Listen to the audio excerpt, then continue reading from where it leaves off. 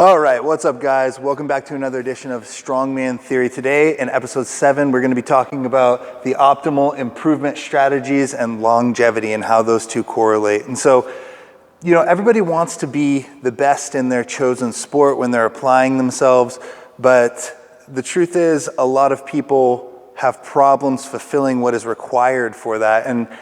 And within that, I would say that a lot of people have the ability and willingness to train very hard. In fact, too hard oftentimes.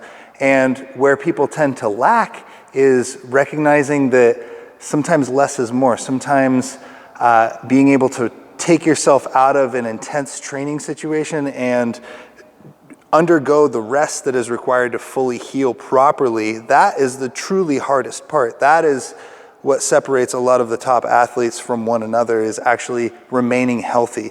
And so we're going to talk a little bit about that. Even with all of the advantages that I had in the beginning of my career, having a pro strongman take me under his wing, Grant Higa was an amazing mentor for me. And even with the guidance of Grant and Pete and everybody in that training crew, my approach was still suboptimal. But the truth is, everyone's approach is going to be suboptimal.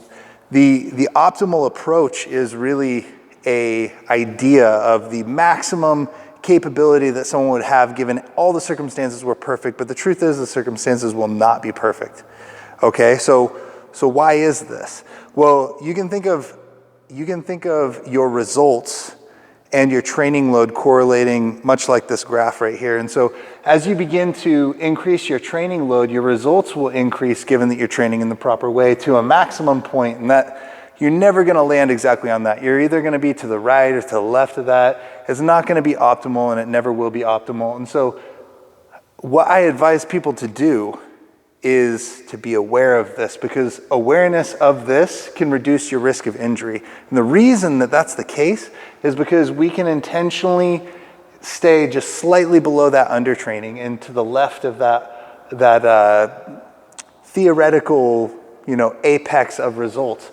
And what happens when we're over here is we reduce our risk of injury, because when you're overtraining, when you're going past that point, which is where I found myself and where most pro strongman athletes find themselves, where most pro athletes in general find themselves, is on the right side of that. And that is the overtraining side. And what occurs there is an increased likelihood of injury, which is going to shorten your career. It's going to diminish your quality of life. We don't want these things, especially when we're training someone else, when we're training ourselves. We want to avoid those things because slow and steady will win the race, especially when you're looking at a longer career in the sport and just an increased quality of life in general. And so I really just ask people and clients a question when we begin. And I ask them, do you care about performance? And no one has ever told me no. So if they did, I would say, okay, well, if you don't care about performance, then maybe you should find someone else to be training you. But always they say yes. And so, do you care about performance? Yes. Well, then I say that you have three primary concerns, and they go in this order. Okay, you should be concerned with your health. You should be taking that into account, and that is your number one priority, maintaining your health. And then you should be paying attention to your recovery. Are you resting enough? Are you eating the right foods? Are you recovering from your training stimulus? Because this isn't easy, right? And then third is training. And that is, after health, after recovery, then we are concerned with, is the training perfect? Okay? It's really about quality of life, longevity, and really focus on that longevity when you're concerned about long-term performance.